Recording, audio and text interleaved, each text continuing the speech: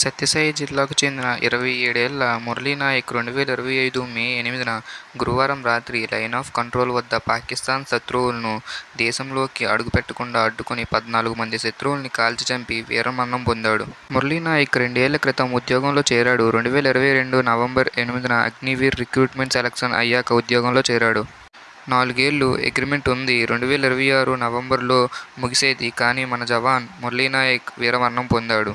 దీనికి స్పందించిన deputy CM Pawan Kalyan గారు ఎక్స్లో ఇలా ట్వీట్ చేశారు. జమ్మూ కాశ్మీర్ సరిహద్దుల్లో శత్రుముఖులతో పోరాడి వీరమరణం పొందిన భారత జవాన్ శ్రీ మురళీనాయక్ గారి ఆత్మకు శాంతి చేకూరాలని, అలాగే మాజీ సీఎం జగన్ గారు వారి కుటుంబ సభ్యులతో ఫోన్లో మాట్లాడి పరామర్శించారు. ఈ ఘటనపై ఏపీ సీఎం చంద్రబాబు నాయుడు గారు, డిప్యూటీ సీఎం పవన్ కళ్యాణ్ గారు దిగ్భ్రాంతి వ్యక్తం చేశారు. మురళీ కుటుంబానికి ప్రభుత్వం అండగా ఉంటుందని హామీ ఇచ్చారు. తల్లి వచ్చి జ్యోతిబాయ్, తండ్రి వచ్చి రామ్నాయక్. వారికి నా ప్రగాఢ సానుభూతి తెలియజేస్తున్నా. ఈ రాష్ట్రం, ప్రభుత్వం, సమాజం మీకు అండగా ఉంటామని ఈ సభా సమావేశంలో హామీ ఇస్తున్నానని చెప్పి కూడా మీకు తెలియజేసుకుంటున్నా. మంత్రి సవిత మురళీ కుటుంబానికి 5 లక్షల రూపాయలు చెక్కు అందజేశారు.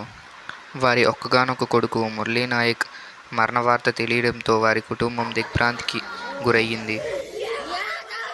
మన కోసం, మన దేశం కోసం పోరాడి వీరమరణం పొందిన మురళీనాయక్ గురించి అందరూ తెలుసుకోవాలి. ఈ ఇన్ఫర్మేషన్ను అందరికీ షేర్ చేయండి.